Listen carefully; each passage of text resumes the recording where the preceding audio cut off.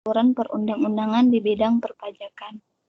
Nomor pokok wajib pajak, nomor yang diberikan kepada wajib pajak sebagai sarana dalam administrasi yang dipergunakan sebagai tanda pengenal diri atau identitas wajib pajak dalam hal melaksanakan hak dan kewajiban perpajakannya yang terdiri dari 15 digit, 9 digit merupakan kode wajib pajak, dan 6 berikutnya merupakan kode administrasi perpajakan.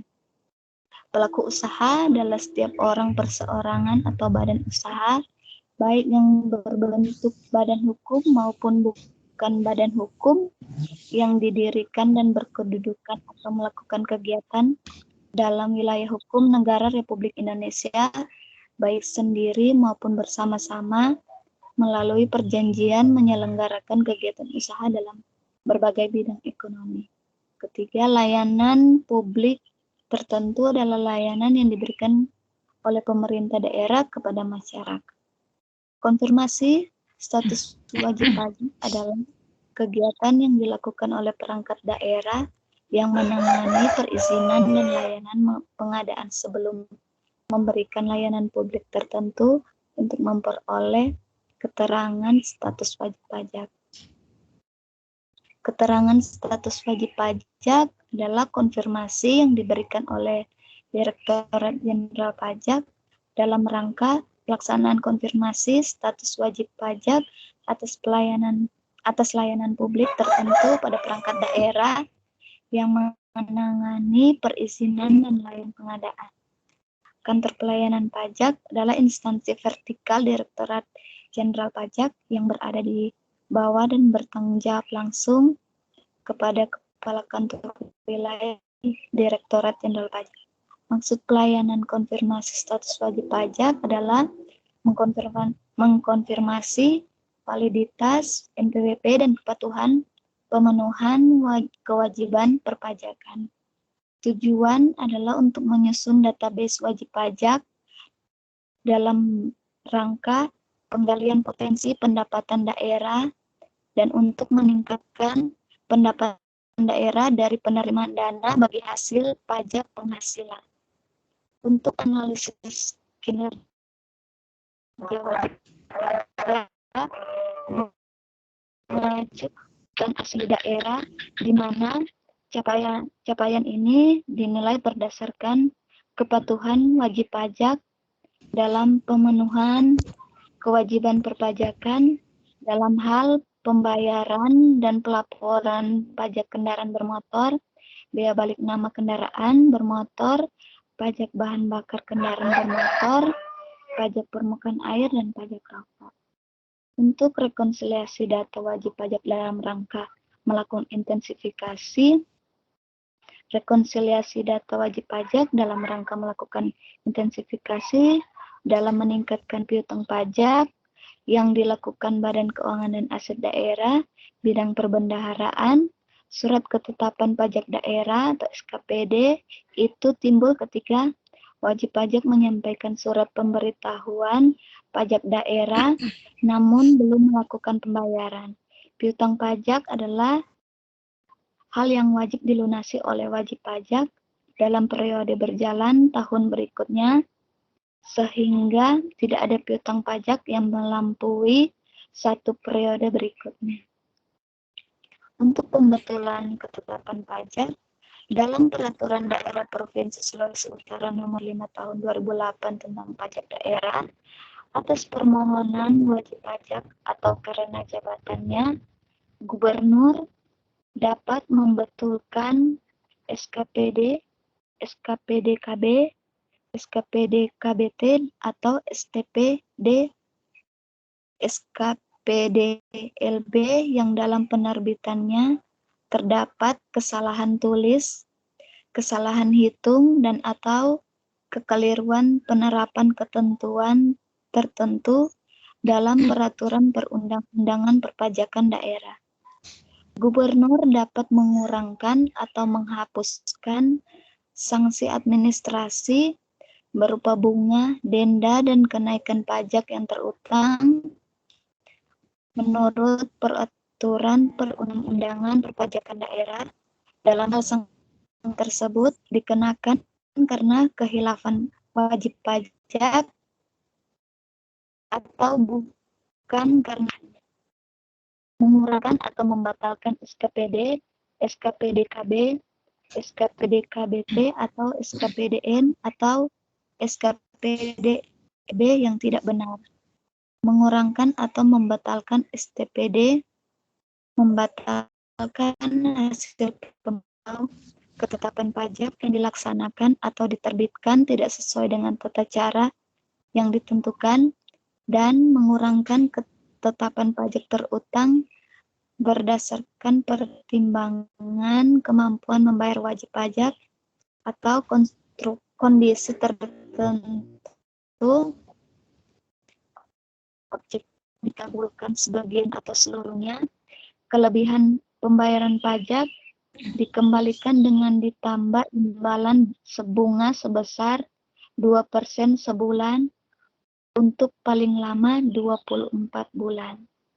Imbalan bunga dihitung sejak bulan pelunasan sampai dengan diterbitkannya SKPDLB.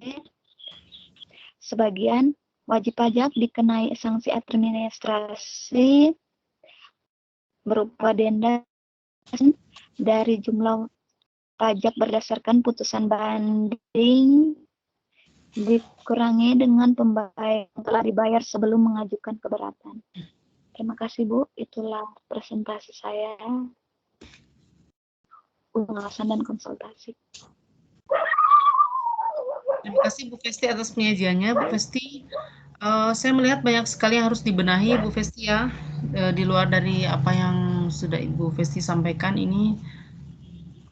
Kiranya kalau untuk minggu depan bisa untuk di-upload secara keseluruhan dari bab 1 sampai bab akhir, sampai pada kesimpulan dan saran. Kemudian diperhatikan lagi untuk jarak ya, jarak penulisan, pengetikan, rapat kiri, rapat kanan ya. Untuk jaraknya menggunakan spasi ya. Kemudian ada juga masih banyak yang perlu dibenahi nih Bu, termasuk beberapa screenshot ataupun lampiran-lampiran dilampirkan juga secara terpisah. Kemudian ini kesesuaian antara font ini, ukuran huruf, dan juga sistematika penulisannya. Bu Festi masih banyak yang perlu ini, tapi overall saya mengucapkan terima kasih dan menunggu untuk perbaikan selanjutnya. Tetap semangat. Terima kasih Bu Festi. Terima kasih Bu. Iya, terima kasih untuk penyajiannya. Selanjutnya untuk terakhir sekali ini,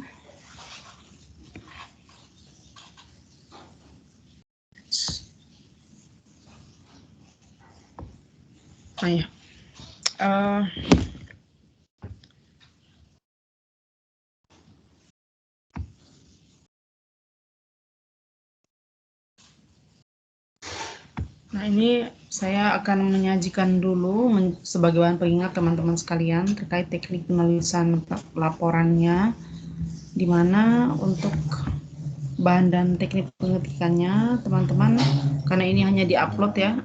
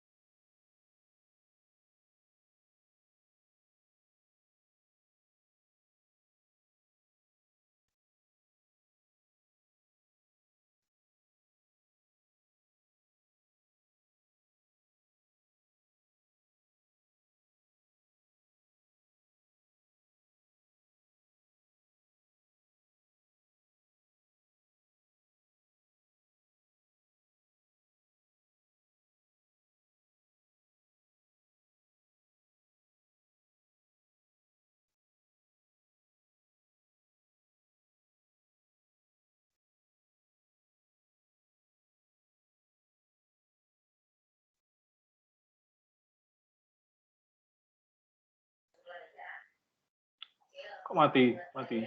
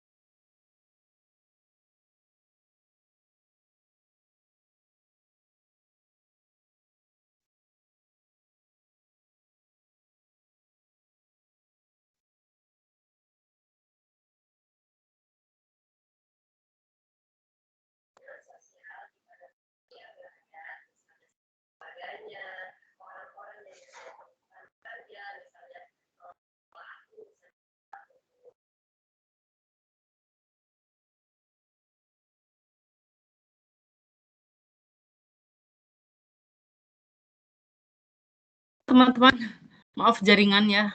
Saya tiba-tiba keluar dari aplikasinya. Oke.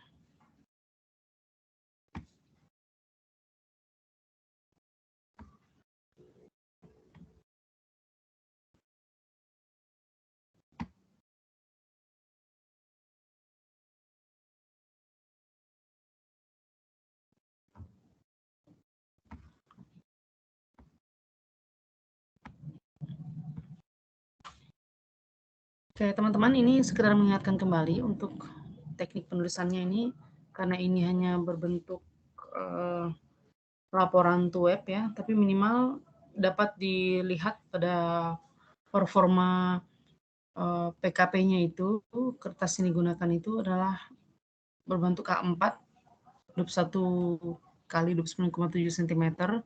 Nanti untuk sampul kulitnya itu bisa langsung diketik tentang laporan praktik kerja perpajakannya.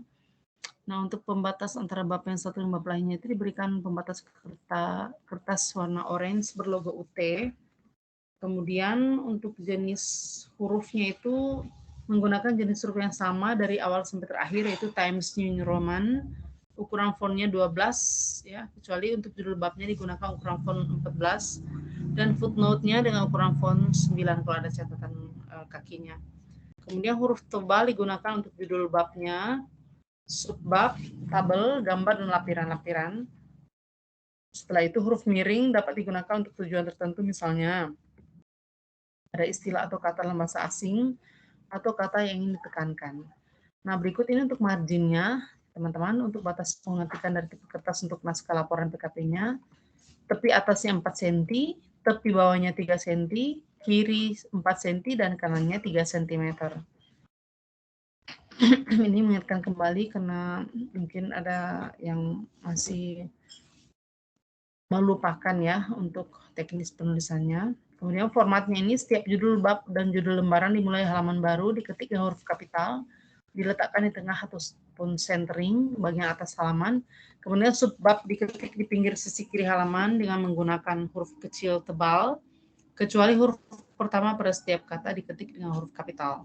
Untuk setiap alinea baru, kata pertama diketik masuk kanan setelah ketukan ke-7 atau mulai pada ketukan ke-8. Nah, untuk judul tabel dan grafik harus diletakkan di tengah atas dengan diawali huruf kapital tanpa diakhiri dengan tanda titik, ya. Sedangkan judul gambar diletakkan di tengah bawah gambar dan diawali huruf kapital serta diakhiri tanda titik. Nah, usahakan untuk tidak menggunakan satu halaman penuh. Isi dalam tabel diketik dengan jarak baris satu spasi, ya.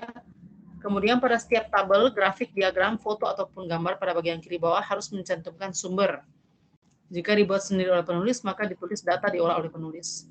Untuk selanjutnya, gambar dalam teks disertai nomor gambar dan judul gambar diketik dengan huruf G kapital. Contoh, gambar 3.1 berarti gambar pada bab 3 yang pertama dan seterusnya, serta ditempatkan di bawah gambar.